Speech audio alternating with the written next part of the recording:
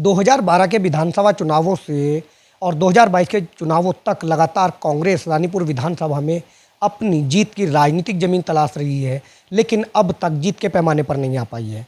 ऐसे में 2027 के विधानसभा चुनावों से पहले कांग्रेस के संगठन, रणनीति और नेतृत्व को लेकर कई तरह के सवाल खड़े होते हैं और इन पर बातचीत करने के लिए हमारे साथ मौजूद हैं 2022 में कांग्रेस के आधिकारिक प्रत्याशी रहे राजवीर चौहान जी। पहले तो बहुत बहुत स्वागत है आपका राजवीर जी। धन्यवाद आपके चैनल का, आपने यहाँ पर आने का प्रयास किया, इसके लिए मैं आपका आभार व्यक्त करता हूँ। राजवीर जी, 22 में आप कांग्रेस के आधिकारिक प्रत्याशी रहे हैं रानीपुर विधानसभा से। एक बड़ी जिम्मेदारी आपके कंधों पर थी, लेकिन वो उसका निर्वहन में कहीं ना कहीं आप भी पीछे रह गए। हालांकि वोट प्रतिशत बढ़ा है, क्या कुछ कहेंगे 27 के चुनाव को लेकर के? देखिए, चुनाव एक ऐसा गेम है, उस कोई भी गेम होता है उसमें एक जीतता है एक हारता है। हो सकता है हमारे कुछ प्रयास में कमी रही हो, लेकिन फिर भी मेरी पूरी टीम पूरी तरह से कांग्रेस के प्रत्याशी को जिताने के लिए प्रयासरत थी। लेकिन किसी कोने में कुछ मेरी कमियां रही हैं, उन कमियों को मैं ढूंढकर आज लगातार पिछले 4.5 सालों से उन पर काम कर रहा हूं। और प्रयास ये है कि इस बार जो 2027 का चुनाव है, रानीपुर विधानसभा हर तरह से हर संभव प्रयास है कि कांग्रेस की झोली में जाए और इस सीट का प्रदेश में एक ऐसा नाम हो, क्योंकि इंडस्ट्रियल सीट है, औद्योगिक क्षेत्र की सीट है, प्रदेश में सरकार भी बने, क्योंकि यहाँ पर सिडकुल जो लगाया हुआ है माननीय नारायण दत्त तिवारी जी का लगाया हुआ है। ये बीएचएल जो देन है, नेहरू जी की देन है। तमाम विकास के जो कार्य हुए हैं बीएचएल की वजह से हुए या सिडकुल की वजह से हुए हैं। तो कहीं ना कहीं पिछले चुनाव में ये कह सकता हूँ, मेरे मतदाता को गुमराह करने का जिस तरह का षड्यंत्र भाजपा के लोगों ने किया है, अब बहुत ज़्यादा जागरूक यहाँ का मतदाता हो चुका है। अब वो उनके झूठे प्रलोभन में या बंटने में नहीं आएगा। उनके पास एक ही फंडा है, आपस में हमें बांटकर राज करना और वोट मांगना। अब यहाँ के जो वासी हैं उनको रोज़गार चाहिए, उनको महंगाई पर कंट्रोल चाहिए, किसान अपने मन की बात चाहता है, उनको गन्ने का भुगतान चाहिए। तमाम चीज़ों की जो अपेक्षाएं आम जन की है वो किसी भी क्षेत्र में पूरा नहीं कर पा रही है। भाजपा फिर पूरा नहीं कर पा रही है, अपेक्षाएं पूरा नहीं कर पा रही जैसा आपने कहा, लेकिन फिर भी 3 बार भाजपा जो यहाँ पर जीत जाती है, आप उनके किले में ध्वस्त नहीं कर पाते या 3 बार भी नहीं कर पाते हैं राजवीर जी। आपने ठीक कहा, वास्तव में हम 3 बार से नहीं जीत पाए। कहीं ना कहीं हमारी कमियां रही हैं, उन कमियों को हमने ढूंढा जैसा कि मैंने बताया, और उन कमियों पर हम लगातार काम कर रहे हैं। और उनके पास कोई एजेंडा नहीं है, सिर्फ हम लोगों को आपस में बांटना। जब चुनाव आता है वो हिंदू मुस्लिम का एक कार्ड ऐसा खेलते हैं, गलत तथ्यों को बताकर लोगों को गुमराह करने का काम करते हैं। मैंने आपको बताया, अब किसी भी तरह से यहाँ का वोटर भ्रमित होने वाला नहीं है। यहाँ के वोटर को रोज़गार चाहिए, इस क्षेत्र का विकास चाहिए, इस क्षेत्र में नाली चाहिए, सड़कें चाहिए, एजुकेशन चाहिए। एजुकेशन का सिस्टम आज तक इतनी कॉलोनियाँ, लगभग 100 कॉलोनी इस विधानसभा में इस बिल्कुल का। 27 के चुनाव को लेकर आप कितना आश्वस्त हैं? 22 में आपको चुनाव लड़ाया गया, हालांकि तीनों बार का इतिहास उठाया जाए, 12, 17, 22 की बात की जाए तो तीनों बार जो चेहरे बदले गए, आप कितना आश्वस्त हैं कि 27 में फिर से आप पर ही कांग्रेस विश्वास जताएगी? मैं नहीं कह सकता किस पर पार्टी विश्वास जताएगी। इतना कह सकता हूँ, अगर पार्टी मुझ पर भरोसा करेगी, शायद मैं पार्टी के भरोसे को किसी भी तरह से हल्का नहीं होने दूंगा। और पार्टी मेरे अलावा किसी और को भी लाएगी तो उसको भी जिताने का काम मैं करूँगा। इस क्षेत्र से कांग्रेस को जिताना है और वो जिता, जिम्मेदारी कांग्रेस को जिता, बड़ी जिम्मेदारी कांग्रेस को जिताना है, राजवीर सिंह को जिताना नहीं है। राजवीर सिंह तो एक कार्यकर्ता है पार्टी का, एक छोटे से कार्यकर्ता को एक इतनी बड़ी पार्टी ने 2022 में चुनाव लड़ाया, मेरे लिए छोटी बात नहीं है। आगे अगर लगता होगा कि राजवीर सिंह इस सीट को निकाल सकते तो राजवीर सिंह को लड़ाएंगे। कोई और अच्छा प्रत्याशी मेरे से होगा, मेरे से ज़्यादा काम कर रहा होगा या फील्ड में मेरे से ज़्यादा होगा और लगता होगा कि वो सीट को आसानी से निकाल सकते हैं तो उसको टिकट देगी। उसके लिए काम मैं करूँगा, मैं चलूँगा कांग्रेस के झंडे को उठाकर मैं आगे चलूँगा और कांग्रेस को जिताने का काम रानीपुर विधानसभा पे करने का काम मेरी जिम्मेदारी है। फिलहाल जो प्राथमिकता रहेगी वो कांग्रेस को जिताने की रहेगी, हालांकि प्रत्याशी जब घोषित हो उस समय ये फाइनल हो पाएगा भाई कौन चुनाव लड़े। बिल्कुल, पार्टी का जीतना जरूरी है। इस समय ये विधानसभा जीतनी जरूरी है और प्रदेश में सरकार जीतना जरूरी है, और वो दोनों काम 2027 में होने जा रहे हैं। राजवीर जी, 2012, 17 और 22 की बात की जाए तो वोट प्रतिशत तो लगातार बढ़ा है, लेकिन जीत नहीं पाए हैं। जीत के पैमाने पर कांग्रेस नहीं आ पाई। इसके पीछे मूल वजह क्या मानते हैं?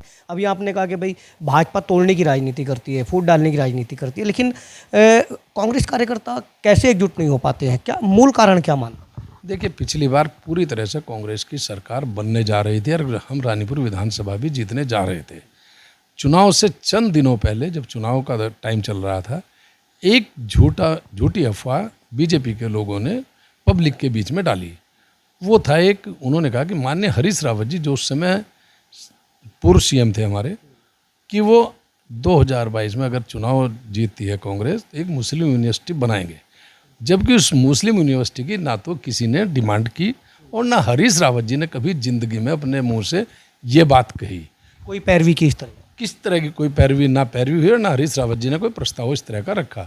माननीय हरीश रावत जी कई बार बड़े मंचों पे ये बात बोल चुके हैं कि अगर मैंने ये बात कभी कही हो तो मैं राजनीति छोड़ दूंगा। कोई आदमी एक पैदा कर दे, कोई मेरे सामने प्रूव कर दे कि मैंने ये बात कही हो, कोई रिकॉर्ड तो होगा, कोई मीडिया के पास रिकॉर्ड होगा या कोई मीडिया स्टेटमेंट हो, कोई वीडियो फुटेज? स्टेटमेंट, भाजपा के पास कोई स्टेटमेंट, वो उसको ले आए सामने, प्रूव कर दे। हमारे रावत जी बहुत बड़े नेता हैं, उन पर इस तरह के एलिगेशन लगाना ये शोभा नहीं देता है। ये छोटी मानसिकता भाजपा की दर्शाता है। राजवीर जी, आप 22 में भी चुनाव लड़े हैं, पूरी विधानसभा आप घूमे भी हैं, लंबे समय से और विश्व विधानसभा से जुड़े हुए हैं, रहने वाले भी यहीं के। क्या कुछ आज भी मुद्दे बने हुए हैं इन 15 साल बीतने के बाद भी? 15 साल हो जाएंगे अब 27 में। क्या कुछ मुद्दे बने हुए हैं जो महत्वपूर्ण तौर से जिन पर काम होना चाहिए, जो जबकि आदेश जी तो कह रहे हैं कि भाई मैं कर चुका हूँ सारे काम?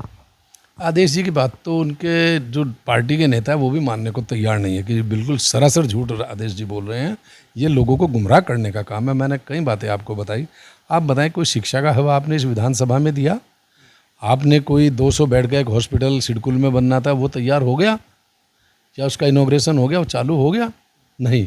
क्या आपने जो नई कॉलोनियाँ उनसे जल भराव की जो स्थिति बरसात में रहती है वो निकासी का काम कर दिया? क्या आपने वहाँ सड़कें दे दी? क्या आपने कोई पेयजल की व्यवस्था ठीक से कर दी? आज मैं नवोदय में भी 3 दिन पहले घूम रहा था, जब उन लोगों ने मेरे सामने पेयजल की व्यवस्था की बात जब सामने आई, उन्होंने स्पष्ट तौर से कहा कि एक टंकी है, हम पेयजल के लिए अपने जो बोरिंग करके पानी निकाल कर वो पी रहे हैं, हम मजबूर हैं पानी के लिए। तो क्या ये एक जनप्रतिनिधि की जिम्मेदारी नहीं होती? ये जिम्मेदारी बनती है जनप्रतिनिधि की। जनप्रतिनिधि जब बन जाता है किसी व्यक्ति विशेष का या पार्टी का नहीं होता, वो उस क्षेत्र का होता है। और भाजपा के जो लोग होते हैं वो प्रत्येक मतदाता उस क्षेत्र का होता है, उस क्षेत्र में कोई भी मतदाता रहे। लेकिन भाजपा के जो लोग हैं उनकी करनी और कथनी में ये अंतर है, वो सिर्फ जो उनको वोट देता है पूछ पूछ कर उस गली में काम कराएंगे जहाँ उन्हें वोट मिला होगा। अगर वोट नहीं मिला, अब तुमने तो मुझे वोट ही नहीं दिया था, इस तरह की मानसिकता रखते हैं। क्या ये क्षेत्र का विकास करेंगे, क्या प्रदेश का विकास करेंगे और क्या विधानसभा का विकास करेंगे? ये अपने विकास में लगे रहते हैं।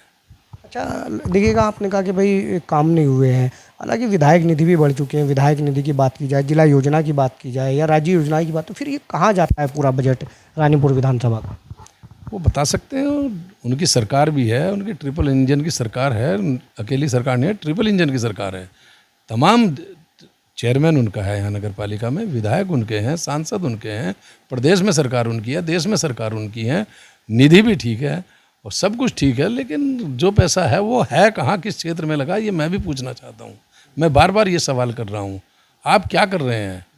आप सिर्फ जनता को गुमराह करने के अलावा दूसरा कोई काम नहीं कर रहे। इस क्षेत्र में कोई विकास नहीं हुआ। अभी मैं हाल ही में आपसे मैंने बात भी की थी कि मैं महदूद में हूँ, महदूद से निकल रहा था।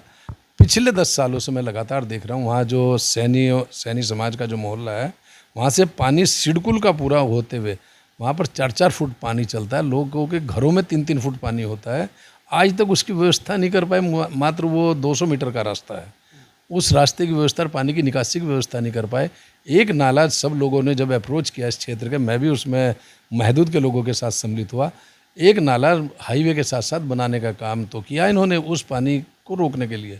लेकिन इन लोगों को यही नहीं पता, जनप्रतिनिधियों को या इनके अधिकारियों को, कि पानी का ढलान किधर होगा। उसे अपोजिट साइड में पहाड़ की तरफ आप पानी ले जाओगे जहाँ पानी नहीं जा सकता। अगर उसकी निकासी आपको करनी थी, महदूद से सीधे आप उसको इस नदी में डाल देते। नदी सामने है, जो BHL की तरफ से नदी जा रही है। स्थायी समाधान नहीं हो स्थायी समाधान नहीं हो पाया। वो सब ये चीज़ें हैं, किसी भी चीज़ पर खरा नहीं उतरे, खाली बात बना लेते हैं, मंचों पे बोल लेते हैं। जनता के लिए कुछ नहीं है इनके पास। 27 के चुनाव में कांग्रेस कितनी आश्वस्त है रानीपुर विधानसभा को? पूरी तरह से आश्वस्त है। हमारे कार्यकर्ता, कांग्रेस के एक एक कार्यकर्ता डोर टू डोर काम कर रहे हैं, घर घर पर जा रहे हैं लोगों के, और कांग्रेस की नीति और रीति को बताने का काम कर रहे हैं, कांग्रेस को मजबूत करने का काम कर रहे हैं। और एक संकल्प सभी साथियों ने मिलकर लिया है कि टिकट मांगने का अधिकार सबका, इच्छा शक्ति सबको रखनी भी चाहिए। और इच्छा शक्ति जब टिकट बांटने का टाइम आएगा, पार्टी हाईकमान की एक परिस्थिति होती है, वो किसी ना किसी एक को ही तो चुनेगी। जो अच्छा होगा, जो पार्टी की नज़रों में ठीक लगेगा, पार्टी को ये लगेगा कि भाई हाँ ये जीत सकता है, उस पर विश्वास व्यक्त करेगी। हम सब ने ये तय किया है, जिसको भी पार्टी आगे लाएगी, जिसको भी टिकट देगी, हम मिलकर सब उसको जिताएंगे। टिकट तक सब टिकट मांगने का काम करेंगे, कोई दिक्कत नहीं। जिसकी भी इच्छा है, जो फील्ड में काम करता है, नेतागिरी करता है या अपने घर से सामाजिक कार्य करता है, अगर उसकी इच्छा शक्ति ना हो तो वो बाहर भी नहीं निकल सकता। तो इच्छा शक्ति तो रखनी चाहिए। इच्छा शक्ति रखेंगे तभी भाई दावेदारी कर पाएंगे या काम कर पाएंगे क्षेत्र में। देखिएगा लगातार वोट प्रतिशत तो बढ़ा है, लेकिन ये क्या मानते हैं, क्या इस बार ये वोट प्रतिशत बढ़ने के साथ साथ जीत में तब्दील हो पाएगा? 100% सुनिश्चित तौर पे, मैंने प्रारंभ में ही कहा, ये सीट इस बार 100% कांग्रेस जीतने जा रही है। और यहाँ की जनता पूरी तरह से उसे परास्त करने का काम करेगी, बीजेपी को उसे निराश करने का काम करेगी। कांग्रेस को इस बार निराश करने नहीं जा रही है। जनता कह रही है कि आज इस क्षेत्र का अगर डेवलपमेंट हुआ है, इस सिडकुल के कारण हुआ है, इस सिडकुल की वजह से इतनी कॉलोनियाँ बसी, ये मिनी भारत बसा। अगर ये ना होता, यहाँ जो स्थानीय लोग हैं उनका बहुत ज़्यादा, चाहे ज़मीनों की कीमत बढ़ के, चाहे किराएदारी से, चाहे दुकानें खुली हों, चाहे मार्केट खुले हों, तमाम विकास इस क्षेत्र के हुए हैं। और जो लोग नौकरी कर रहे हैं उनको तो रोज़गार मिला ही मिला है। ये सब चीज़ें कांग्रेस की देन है। तो इससे पहले इस क्षेत्र में जो BHL के बिना कुछ नहीं था। आज ये शिवालिक नगर इतनी पॉश कॉलोनी, जो एशिया की, मैं मानता हूँ देश में शायद कोई कॉलोनी ऐसी होगी जैसे शिवालिक नगर है, इतनी अच्छी पॉश कॉलोनी, ये BHL की देन है। ये BHL नेहरू जी की देन है। उससे पहले BHL से ज्वालापुर में भी कुछ नहीं होता था, एक जंगल होता था। लेकिन BHL के आने के बाद धीरे धीरे ये ज्वालापुर देखो आज किस स्थिति में है। और आप सिडकुल की वजह से ये पूरा क्षेत्र कितना डेवलप हुआ। तो ये सारी चीज़ें कांग्रेस ही कर सकती है। विकास की सोच कांग्रेस की सोच है, इन लोगों की सोच बांटने की सोच है, या इन लोगों की सोच बड़े लोगों की सोच है। ये पूंजीपतियों की सरकार है, पूंजीपतियों के लिए लोग काम करते हैं। ये सारे एग्जाम्पल पूरे देश के सामने हैं, जिस स्थिति से आज देश गुजर रहा है। राजवीर भी अब क्या कुछ कहना चाहेंगे? भाई 27 का चुनाव बड़ा महत्वपूर्ण हो जाता है आप लोगों के लिए, अब कांग्रेस संगठन को, रानीपुर विधानसभा क्षेत्र के और उन मतदाताओं को। देखिए 2027 का चुनाव इस विधानसभा के साथ साथ प्रदेश के लिए नितांत आवश्यक है। जनता को, कांग्रेस को मौका देना, नहीं तो आज देश उस दिशा में जा रहा है। देश हमारा बहुत पीछे हट चुका है। और प्रदेश में जिस तरह से बेरोजगारी, पलायन, ये मेरा प्रदेश जो है पर्वतीय क्षेत्र का बाहुल्य क्षेत्र है। किस तरह से पर्वत से, पहाड़ों से पलायन लोगों का हो रहा है। क्या पलायन रोकने का कोई प्लान इन्होंने किया है? नहीं किया। सोच ही नहीं है उन लोगों की। उन लोगों की सोच तो सिर्फ बांट कर राज करने की है। वो कुर्सी के लिए किसी भी हद तक जा सकते हैं। कांग्रेस इस बारे में सोच सकती है, कांग्रेस इस प्रदेश को आगे बढ़ा सकती है। माननीय नारायण दत्त तिवारी जी को जब 2002 में मौका दिया गया था, उसी समय ये सिडकुल हरिद्वार लगा, उसी समय सिडकुल भगवानपुर लगा, उसी समय सिडकुल सेलाकुई लगा, उसी समय सिडकुल उधम सिंह नगर लगा। वो विकास पुरुष थे, उनकी सोच थी कि ये प्रदेश कैसे डेवलप हो सकता है, कैसे आगे बढ़ सकता है। इनके पास है किसी की सोच? नहीं है। चारों तरफ भ्रष्टाचार जिस तरह से है प्रदेश में, वो किसी से छुपा हुआ नहीं है। बहुत बहुत धन्यवाद समय देने के लिए राजवीर जी। देखिए हमारे साथ थे 2022 में कांग्रेस से रानीपुर विधानसभा के प्रत्याशी रहे राजवीर चौहान जी, जिनसे हमने कांग्रेस संगठन, नेतृत्व और 27 के विधानसभा चुनाव को लेकर के बातचीत की है। हालांकि सीधे तौर पर कहना है कि इस बार 27 का चुनाव कांग्रेस का चुनाव होगा, चाहे वो रानीपुर विधानसभा की हो बात हो, चाहे प्रदेश की बात हो। कैमरा पर्सन के साथ अमित नंद, समाचार 29 इंडिया, हरिद्वार।